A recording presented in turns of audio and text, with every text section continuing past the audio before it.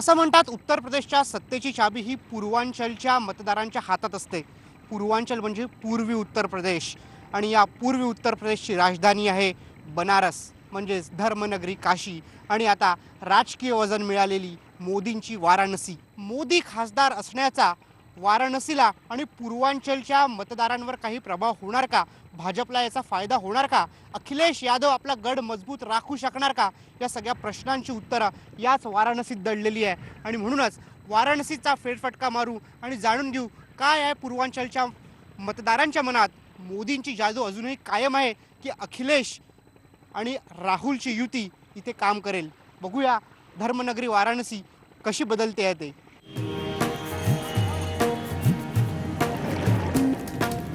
वाराणसी, बनारस, काशी, हिंदू धर्मियांचं तीर्थक्षेत्र.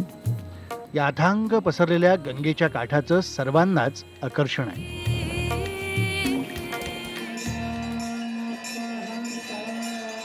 या गंगेकाठची आरती तर जगप्रसिद्ध आहे.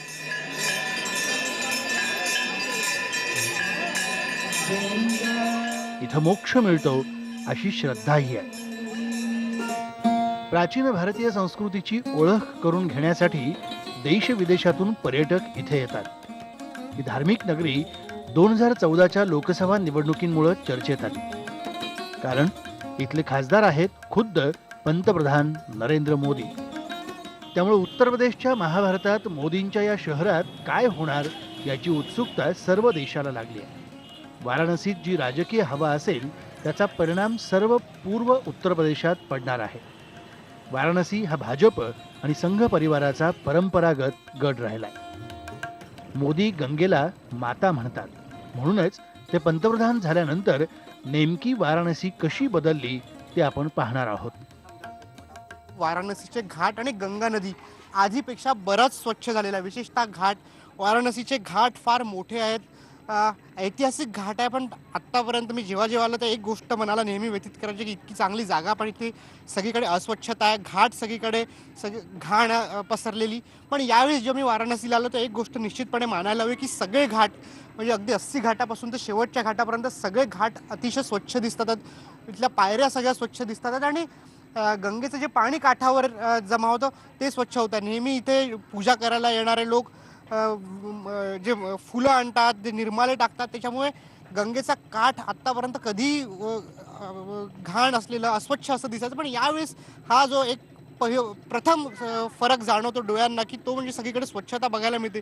काही स्थानिक लोक आहेत जे अगदी गंगेच्या काठावर राहतात, ज्यांनी त्यांच्या जन्मापासून गंगा आणि हे घाट बघत आले. त्यांच्याकडून आपण समजून घेऊ त्यांना कसा बदल वाटतो. सर आप बताइए आपका क्या नाम है? विमल कुमार आचार्य। बोलिए, आप यहाँ सामने रहते हैं, हम यहीं रहते हैं। आप तो बचपन से गंगा को, यहाँ के घाटों को देखते आ रहे हैं, क्या बदलाव आप देख रहे हैं पिछले 2.5 साल से जब से मोदी जी यहाँ के सांसद बने घाटों का? देखिए, कम से कम हम समझते हैं कि 25 से 30% जो है हाँ बढ़िया हुआ है, हाँ ये कंफर्म है। घाट की सफाई भी हो रही है, गली भी साफ हो रही है, और सबसे बड़ी ये जनता यदि समय से यदि वो जो आता है आदमी कूड़ा उठाने उसको समय से यदि दे दे तो गंदगी नहीं फैलेगी। तो हम लोग भी जानते हैं। आप यहाँ नाव चलाते हैं, बताइए क्या बदलाव आपको गंगा में और यहाँ के घाटों में दिख रहा है? नहीं, साफ सफाई पहले की अपेक्षा अब ज़्यादा हो रही है। सुबह में भी झाड़ू लगता है, शाम में भी झाड़ू लगता है, पानी में भी बटोरते हैं कूड़ा कर कर। सफाई है। ये मोदी जी की वजह से हुआ है कि लोगों में जागरूकता आ रही है, क्या वजह है? नहीं, मोदी जी की वजह से ये सब सारी कामें हो रही हैं और लोगों में थोड़ी सी जागरूकता तो आई है, हाँ। लेकिन पूरी तरह जागरूकता नहीं आई है। गंगा जी का पानी में क्या बदलाव आपको दिख बहुत रहा है? बदलाव आ गया है, पीने योग्य हो गया है। ये मोदी जी की देन है। लोग आते हैं ना, तो देख करके सारी चीज़ों को अच्छा लगता है। बनारसच्या लोकांचा कुठल्याही विचारधारेचा असो या मुद्द्यावर एकमत झालेलं आहे की बनारसमध्ये बाकी काही बदलो न बदलो इथले घाट आणि जी गंगा नदी आहे ती आधीपेक्षा मात्र खूप बदललेली आहे. मोदी पंतप्रधान झाल्यानंतर काही बदलो ना बदलो वाराणसीतले घाट मात्र चकाचक झाले. स्वच्छता कर्मचारी डोळ्यात तेल घालून काम करतात, पण वाराणसी शहरात सुद्धा हेच चित्र आहे का हे पाहण्यासाठी आम्ही इथल्या अरुंद गल्ल्यांमध्ये घुसलो. अगदी लहान गल्ल्याबोळा ही जुन्या वाराणसीची ओळख आहे. नरेंद्र मोदी इथून निवडून आल्यानंतर या जुन्या वाराणसीसाठी काय ते करतील याकडे सगळ्यांचं लक्ष होतं. मोदी पंतप्रधान झाल्यानंतर, मोदी खासदार झाल्यानंतर त्यांनी सगळ्यात पहिलं काम सुरू केलं ते म्हणजे वाराणसी शहराची स्वच्छता, घाटांची स्वच्छता आणि दुसरं म्हणजे वाराणसीमध्ये ठिकठिकाणी या गल्ल्यांमध्ये घरांच्या मधून या ज्या वरतून वायर्स चाललेल्या वायरचं जाळं अख्ख्या जुन्या वाराणसीमध्ये सगळीकडे बघायला मिळतं. ते जाळं कमी करून अंडरग्राऊंड वायर टाकण्याचं काम मोदींनी खासदार म्हणून वाराणसीत सुरू केलं. ते काम काही ठिकाणी पूर्ण झालं आहे, काही ठिकाणी अर्धवट राहिलेलं आहे. इथे बघू शकतो की अर्धवट केबल खालून टाकलेले आहे आणि त्यानंतर काम बंद झालेलं आहे. अशा प्रकारचं चित्र अनेक ठिकाणी दिसतं की केबल वरती येऊन टाकलेले आहेत आणि काम बंद असल्यामुळे लोक तिथून पाय अडकून पडतात. अनेक लोकांना ट्रॅफिक जामचा समस्यांना त्रास करावा लागतो. त्यामुळे ही जी एक गोष्ट जी पंतप्रधान मोदी वाराणसीसाठी करत आहे ही पूर्ण तर झालेली नाही आहे, पण यामुळे लोकांचा त्रास मोठ्या प्रमाणात वाढलेला आहे. काही स्थानिक लोक आपल्यासोबत आहेत. सर, आपका क्या नाम है? दुर्गा प्रसाद यादव। दुर्गा प्रसाद जी, जो मोदी जी बतौर सांसद या कोशिश कर रहे हैं कि जो ऊपर केबल है वो सब अंडरग्राउंड करनी चाहिए, आपको लगता है कुछ बदलाव हो रहा है पुराने बनारस में? ये जो प्रोजेक्ट है वो सक्सेसफुल हो रहा है? सक्सेसफुल का मतलब सक्सेसफुल तो अभी तक नहीं है हम लोग की निगाह में, लेकिन यहाँ हम लोग को बहुत परेशानी उठाना पड़ रहा है। जो ज़मीन खोदा जा रहा है वो मतलब कि अब उसी तरह छोड़ दे रहे हैं। आने जाने वालों को दिक्कत हो रहा है, जो बुजुर्ग आदमी है उनको दिक्कत हो रहा है, गिर जा रहे हैं, पड़ जा रहे हैं, उनको चोट लग जा रहा है। अब सक्सेसफुल तो इसको जब माना जाए, जब ये कंप्लीट सही हो जाए एकदम, तब हम लोग उसको समझें। क्या बदलाव आया पुराने बनारस में मोदी जब से सांसद बने हैं? बदलाव तो हमारे समझ में कुछ है नहीं है यहाँ पर अभी तक, हमारी निगाह में कोई बदलाव नहीं। अब बदलाव का मतलब है, अब हम लोग भीतरी महल में रहने वाले हैं, अब हम लोग को जो बढ़िया सुविधा मिलेगा उसी को तो हम बदलाव समझे कि कुछ बदलाव आया है। अब आपका बदलाव नाम क्या है तो भैया? तस है। आप नहीं बात करेंगे, चलिए। आपका नाम क्या है सर? मैं यहाँ का चाय बेचने वाला हूँ हाँ और मोदी सरकार का आदमी हूँ। हाँ। देखिए, मेरे 3 महीने इसमें हम गिर चुके हैं। अच्छा, मेरे पाँव एकदम खराब हो गया है, अभी तक कोई सुनवाई नहीं है। क्या बदलाव देख रहे हैं पुराने काशी बदलाव में? तो ये सफाई हो रही है, मगर इतनी जब गंदा सड़कें तो सफाई मोदी कराकर क्या करेंगे? कर्मचारी तो दिन भर घूमते रहते हैं, रात को भी लगता है 2 बजे रात तक झाड़ू, हाँ। तो उससे लगने से कुछ परिवर्तन नहीं है। क्यों नहीं आ रहा है परिवर्तन? जब ये गली खराब है तो परिवर्तन कैसे आएगी? इसको आप सीधा करिए, सफाई करिए, व्यवस्था कीजिए, तब न परिवर्तन आएगी। तर हे आहे जुन्या वाराणसीतलं चित्र. नरेंद्र मोदींकडून लोकांना फार अपेक्षा आहे वाराणसीच्या, मात्र आत्तापर्यंत काही फार परिणामकारक बदल वाराणसीमध्ये दिसत नाही आहे घाटांच्या स्वच्छतेशिवाय, असं इथल्या स्थानिक लोकांचं म्हणणं आहे. वाराणसी म्हटल्यावर आणखी एक गोष्ट आठवते, ती म्हणजे बनारसी साडी. इथला सर्वात मुख्य व्यवसाय बनारसी साड्यांचा आहे. लाखो कुटुंब याच्यावर अवलंबून आहेत, पण नोटबंदीमुळे या उद्योगाला जबरदस्त फटका बसलाय. ये नोटबंदी की वजह से बनारसी कारोबार पे तो बहुत ज़्यादा असर पड़ा हुआ है। इसके वजह से हमारे जो व्यूअर्स लोग हैं और हमारे जो आगे के जो ग्राहक लोग हैं, इन लोगों की तरफ से पेमेंट नहीं आ रहा है, और जो पेमेंट नहीं आएगा तो हम अपने जो हमारे व्यूअर्स लोग हैं उनको हम कैसे पेमेंट करेंगे? इसके लिए बहुत ज़्यादा दिक्कतें उठानी पड़ी। ऐसे में बहुत सारे कारखाने बंद हो गए। अरे हम तो छोटे कारोबारी लोग हैं और उसमें हम लोग लाखों में, बस समझ लीजिए काम, करोड़ों में तो नहीं, लाखों में काम करने वाले हैं। और ये सब जो है ना, ज़्यादातर ये उधारी पे धंधा होता है। मतलब ये साड़ी आती है, उसको अपने कस्टमर को दिखाते हैं, वो पेमेंट करेंगे तो हम उनको पेमेंट देंगे। इसमें हमारा कोई ज़्यादा कमाई नहीं होता है, और ऐसे देखने में तो बहुत सारा फैला हुआ होता है, मतलब कि ये हमारी साड़ी का कारोबार हो रहा है। ये इसके दिखावे पर मत न जाए। इसमें आज तो समझ लीजिए कि धंधे में बहुत कम प्रॉफिट में धंधा हो रहा है। वाराणसी बदलतीये, पण त्याच सोबत या शहराच्या अनेक समस्याही आहेत. इथलं प्रतिनिधित्व करणारे पंतप्रधान नरेंद्र मोदी वाराणसीचा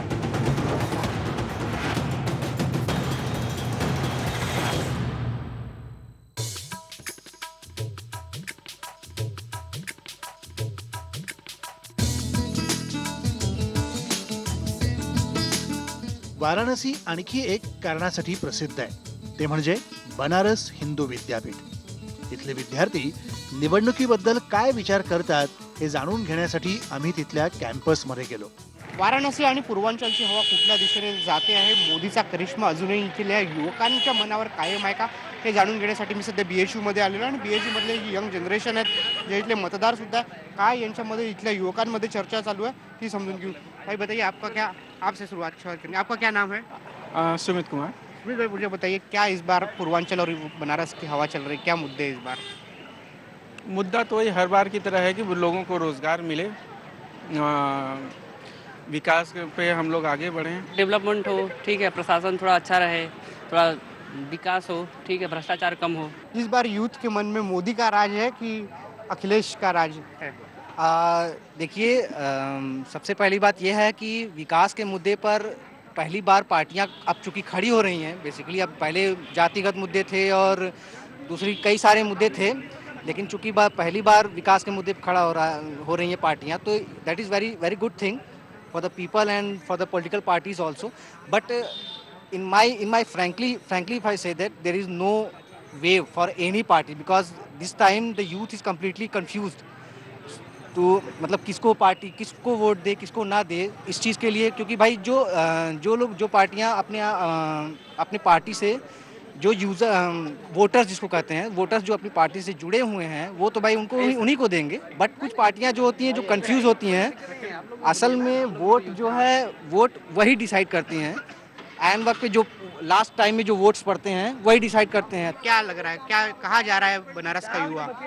देखिए, युवाओं की जो अपनी मांगे थी, जो डिमांड थे, वो मोदी जी कहीं ना कहीं, मोदी सरकार 3 साल में पूरा करने में नाकामयाब रही है। एक तरफ डिजिटल इंडिया की बात कर रहे हैं, दूसरी तरफ लाइब्रेरी की डिमांड पर 9 छात्रों को सस्पेंड कर दिया गया है एक सेंट्रल यूनिवर्सिटी के अंदर। एक तरफ बेटी बचाओ बेटी पढ़ाओ की बात कर रहे हैं और दूसरी तरफ लड़कियों को मेन डिपार्टमेंट में एडमिशन नहीं दिया रहा है एक सेंट्रल यूनिवर्सिटी के अंदर। तो इस तरीके से जो पूरे देश को दिखाया कुछ और जा रहा है और हकीकत जो है वो कुछ और ही है। तो हम लोग तो पहले बहुत आसान्वित थे, लेकिन अब कहीं ना कहीं निराशा हाथ लग रही है। पूर्वांचल में चाहे जितनी भी पार्टियां हों, सबको जरा एक मत होके जरूर सोचना चाहिए कि किस मत में सबका सॉल्यूशन है। क्योंकि आपका क्या नाम है? प्रदीप, प्रदीप, आपको क्या लगता है क्या इस बार मोदी की हवा है बनारस में, मोदी का करिश्मा चलेगा? इस समय तो काम बोला है अखिलेश भैया का, देखते हैं जिस हिसाब से उन्होंने विकास पुरुष के नाम पे काम किया है पूरे सब जगह। ले लीजिए 108 ले लीजिए, 1090 ले लीजिए, 102 ले लीजिए, और बहुत सारे ऐसे काम किया है जिन्होंने। तो आप देख रहे हैं जो पेट्रोलिंग 100 नंबर चल रहा है, ये सब काम युवा पुरुष ही कर सकता है, विकास पुरुष अखिलेश यादव जी ने तो बहुत सारे काम किए। बहन जी का क्या चांस लग रहा है इस बार? बहन जी का हमेशा कहा जाता है कि वोटर उनका बोलता नहीं है, आप भी यहाँ खामोश है।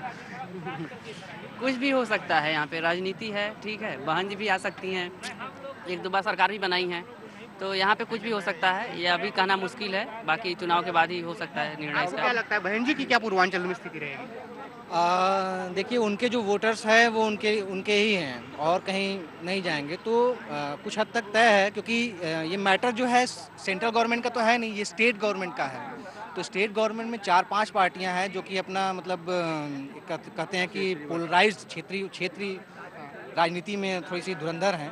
तो मायावती का भी चांस है कुछ हद तक। चुनाव में सबसे बड़ा मुद्दा कानून व्यवस्था और डिमोनेटाइजेशन, ये इसके ऊपर जनता का मैंडेट 8 तारीख को आएगा और सर जिसके ऊपर ये मैंडेट आएगा वो निश्चित तौर पे परिवर्तन लाएगा। भारतीय जनता पार्टी के बारे में आपको बताना चाहता हूं कि भारतीय जनता पार्टी स्वयंसेवक लोग खड़े, हमारे भाई लोग, ये आज लाठी लेकर चलते जरूर हैं, लेकिन जब यूथ कांग्रेस के राष्ट्रीय भाजपा युवा मोर्चा के राष्ट्रीय अध्यक्ष की बात आती है तो इसके पहले जो अनुराग ठाकुर बीसीसीआई के मेंबर, 1 मिनट सुन लीजिए सर। हे आपण एकंदरीत आपण बघितलं की कशा पद्धतीने बनारस हिंदू विश्वविद्यालयात लोकांच्या सगळ्या विद्यार्थ्यांची प्रतिक्रिया आहे। जी राजकीय बहसबाजी आहे ती इथे शिगेला पोहोचलेली आहे, कारण निवडणुका इथे होतात आहेत आणि सगळ्याच विचारधाराचे समर्थक विद्यार्थी नेते इथे आपल्याला बघायला मिळतात। पण एकंदरीत जो एक मूड आपल्याला स्पष्ट जाणवतोय की आतल्या आतमध्ये मतदारांच्या मनात काहीतरी सुरू आहे, पण उघडपणे कोणीही स्पष्ट सांगायला तयार नाही आहे।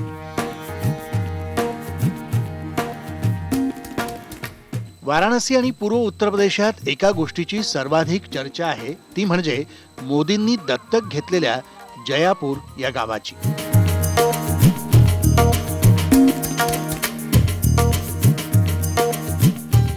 मोदींमुळे या गावाचा चेहरा मोहरा बदललाय। गावात सोलार एनर्जीवर वीज खेळवली गेली आहे। हे आदर्श गाव पाहण्यासाठी आम्ही सुद्धा या गावाला आवर्जून भेट दिली। सांसद आदर्श ग्राम अंतर्गत पंतप्रधान नरेंद्र मोदींनी दत्तक घेतलेल्या जयापूर गावात आपण पोहोचलो आणि इथे अटल नगर एक तयार करण्यात आलेला आदिवासी पूर्ण गाव होतं। मात्र आता इथे पक्के घरं बांधण्यात आलेले आहे, बाथरूम सगळ्या घरात बांधण्यात आलेला आहे, सोलर लाईट लावण्यात आलेला आहे. पूर्णपणे या आदिवासी गावाचा चेहरा मोहराच बदलून गेलेला आहे आणि त्यामुळे या गावाला बघण्यासाठी इथले आसपास दूर दूरून लोक इथे येतात की कशा प्रकारचं हे आदर्श गाव आहे. बघू शकतो की सगळीकडे सिमेंटचे रस्ते आहे, पक्के सिमेंटचे घरं करण्यात आलेले आहे, प्रत्येक घरात टॉयलेट बाथरूमची व्यवस्था करण्यात आलेली आहे, सोलर लाईट लावण्यात आलेली आहे, प्रत्येक घरासमोर असा सुंदर बगीचा तयार करण्यात आलेला आहे. त्यामुळे कधी कधी आदिवासी आणि अगदी मातीच्या झोपड्या इथे होत्या आणि आता पूर्णपणे चेहरा मोहरा या भागाचा बदलला. हे मॉडेल वस्ती म्हणून ही विकसित करण्यात आलेली आहे. अशाच प्रकारचा संपूर्ण गावात केल्या जाणार आहे जयापूर असं सांगण्यात येते. आणि या गावातले जे आदिवासी आहेत ते आपल्यासोबत आहेत, त्यांच्याकडून जाणून घेऊ की कसा बदलाव त्यांच्या या गावात आलेला है. मतलब क्या नाम है आपका? चाँद मोहम्मद। बताइए किस तरह से बदलाव आपके गांव में आया है? सब कुछ का बदला साहब, एकदम मोदी जी ने तो बहुत बढ़िया कर दिए पान, हर चीज़ का व्यवस्था बना दिए, हर चीज़ व्यवस्था जो पानी आनी वगैरह फूल पत्ती हर चीज़ घर द्वार सब कुछ अच्छा अच्छा बना दिए। किस तरह से मकान थे यहाँ पे, कैसे मकान थे पहले? बड़ी यार साथ झोपड़ी हाँ, झोपड़ी यार मोदी जी दिमाग बनवा देलन, घर द्वार साहब पेड़ पालू लगवा देलन, यही बात। तो आप खुश है पूरे अभी? हाँ? खुश हो? खुश है साहब, खुश है। तो ये चुनाव आ रहा है माता जी, तो क्या आप यहाँ के गांव के लोग की क्या सोच रहे हैं इस चुनाव में? चुनाव में मोदी सरकार के देखा जाए और क्या देखा जाए। हाँ? अच्छा, मोदी को वोट करेंगे? हाँ। क्यों करेंगे वोट मोदी को? बतावा घर द्वार बनल बा, सब रहे के ठिकान हो गल बा तो देवा करल जाए। इसलिए आपका क्या नाम है माता जी? अथवा हमार तो घर बन गल बा मोदी जी के राज में, या पानी पिए के रास्ता नहीं बा, बस यह हम दिक्कत बा और सब सही बा। पानी नहीं है? हाँ, पानी नहीं है और रास्ता नहीं। क्या क्या इस गांव में बदलाव आया और क्या अभी अभी भी इस वक्त की समस्या है यहाँ पे? हमारे गांव में देखिए सर, ये कि पहली बात तो जो बनवासी लोग हैं, फर्स्ट क्लास मकान बन गया, नहीं बरसात में सब बेचारे एकदम गरीब थे, जो कि एकदम पानी बरसाता था एकदम नीचे चूता बताता था, बाल बच्चे सब भीज रहे थे। लेकिन मोदी जी का ऐसा देन है कि आज हमारा गाँव स्वर्ग बन गया था। मोदी जी बहुत कुछ कर देले होते, लेकिन ये जुल खुलवा जौन बा है कर ही नहीं देता है। अच्छा, हाँ, कहीं हई उपारतन तो कहीं हई उपारतन तो कहीं रास्ता उपारतन। प्रधान के दोष बा, प्रधान का कोई दोष नहीं है, सारी खाली चुलखुलवन का दोष बा। गावकरांचं म्हणणं आहे की मोदींनी हे गाव दत्तक घेतल्यापासून गावातल्या ज्या सुविधा आहेत त्या वाढल्या. इतकंच नाही, ते गाव सुद्धा VIP झालेलं आहे. त्यामुळे निवडणुकीच्या दृष्टीने स्पष्टपणे इथल्या मतदारांचा कौल दिसतोय भाजपच्याकडे. मात्र जो त्रास त्यांच्याकडे आहे, त्यांचं म्हणणं आहे की आनंदाची बातमी आहे की बाथरूम आहे, पण अजून पाणी हवं तसा येत नाही आहे. बोर इथे खणण्यात आलेली आहे, पण ती पण विजेवर चालते. वीज इथे सोलर पॅनल आहे, पण रात्री पूर्ण वेळ इथे वीज लागते. असं असलं तरी लोक आशावादी आहे की मोदी सरकारचा अजून बराच कार्यकाळ शिल्लक आहे. या सगळ्या कार्यकाळामध्ये इथल्या ज्या सगळ्या समस्या आहेत त्या दूर होऊ शकतील.